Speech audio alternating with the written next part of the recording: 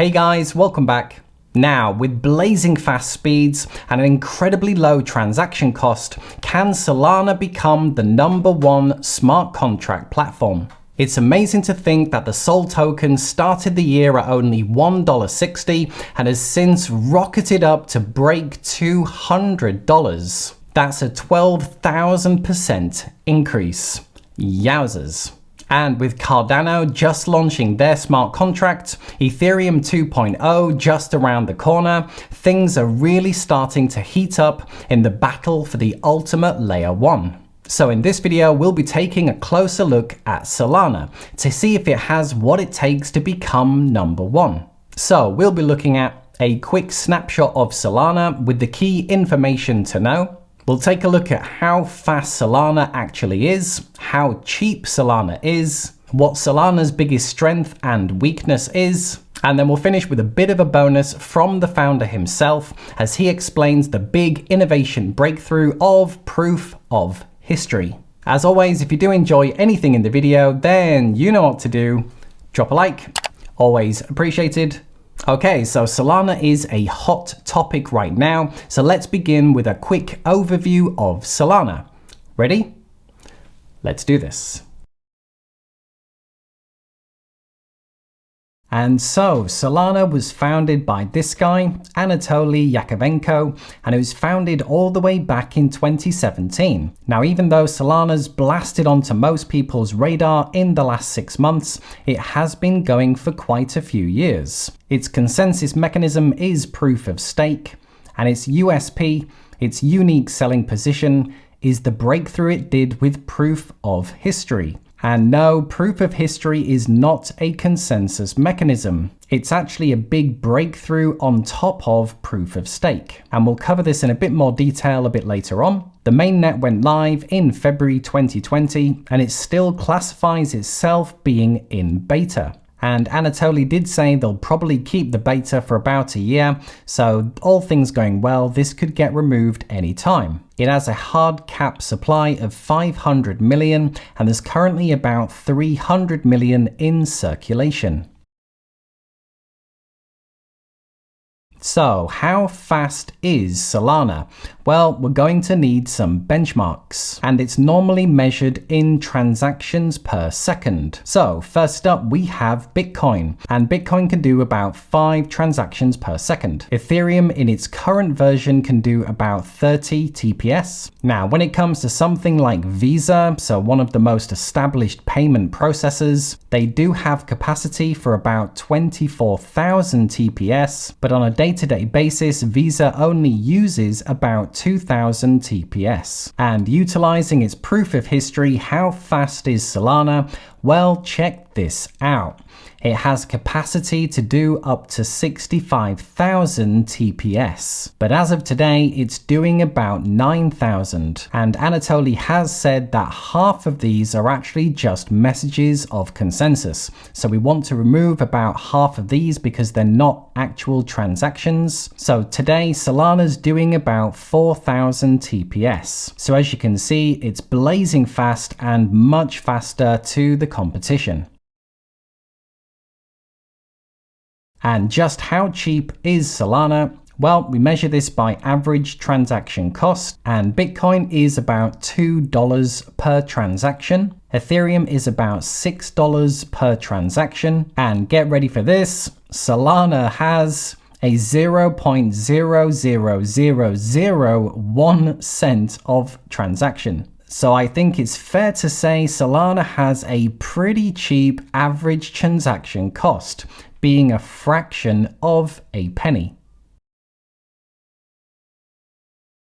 So Solana is super fast and it's super cheap, which is why it's been making so much ground this year.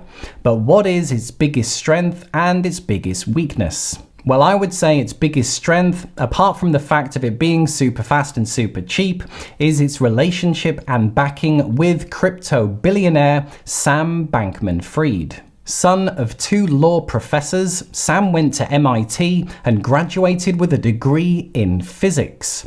He's most well known for becoming a billionaire in his 20s and creating and running the FTX exchange. And after testing out many different blockchains for his decentralized exchange Serum, Sam decided to go with Solana, and this led to many companies following suit. From the world's top stablecoins, to Audius for music, to Metaplex for NFTs, and now Solana has a flourishing ecosystem. Obviously, Sam is a great guy to have on your side. And what about Solana's biggest weakness? Well, I would say it has to do with setting up a node on the network, as it's not as simple as, say, compared to Ethereum. With Ethereum, anyone with a laptop from home can plug into the network, Ethereum's virtual machine, and contribute. And with Solana, you do need a lot more power than what you get from a home computer. You would need to find and partner with your local data center.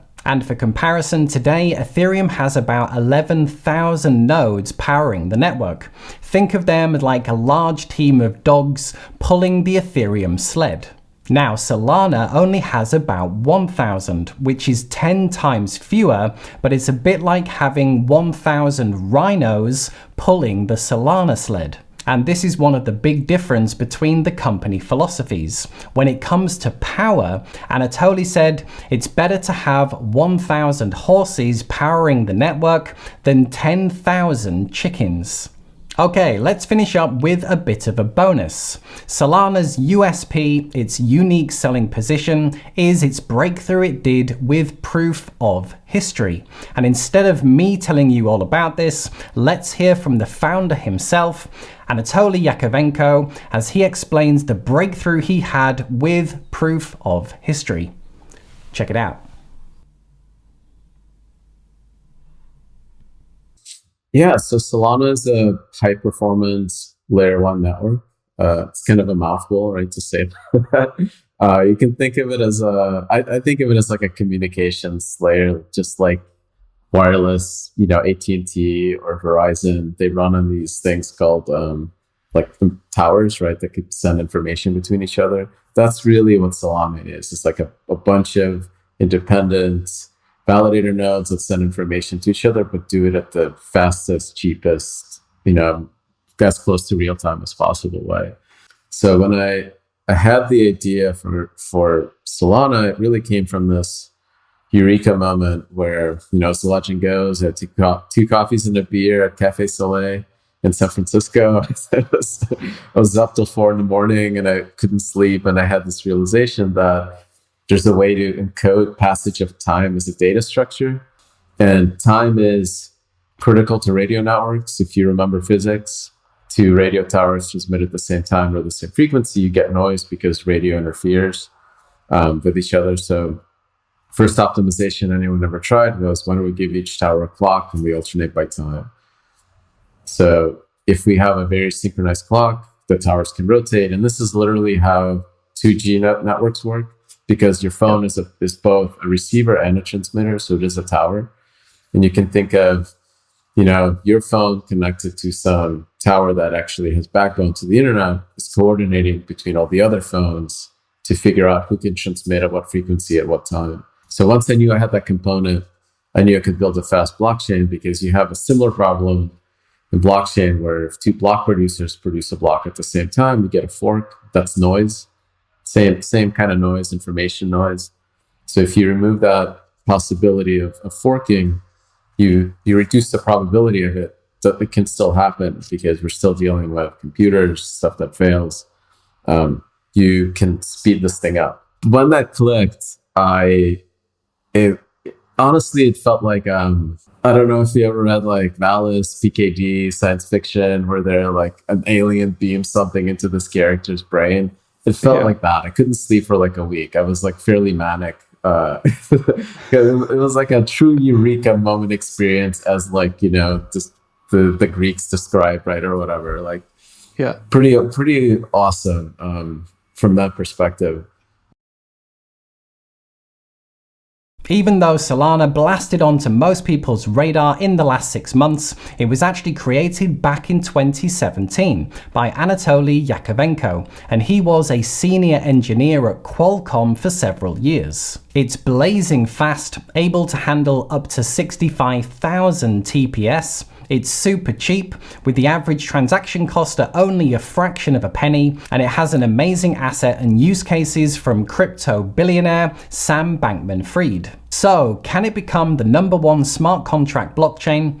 Well, I would say it does have everything it needs to become #1. And when compared to Ethereum, let's be honest, it does blow the current version of Ethereum out of the water. However, the big test is how it stacks up against Ethereum 2.0, and luckily, this is the topic of Friday's video. On Friday, I'll be doing a side-by-side comparison with how Solana compares to Ethereum 2.0, so make sure you stay tuned for that. So there you are, guys, that was a closer look at Solana. Hope you enjoyed, and just to say, if you did enjoy anything in the video, then drop a like, and a big thank you to everyone who does. If you haven't yet subscribed to the channel, click below and join us. I've got some great videos coming up that you don't want to miss. Okay, cheers guys, thanks for watching, and I'll see you in the next video. Bye for now.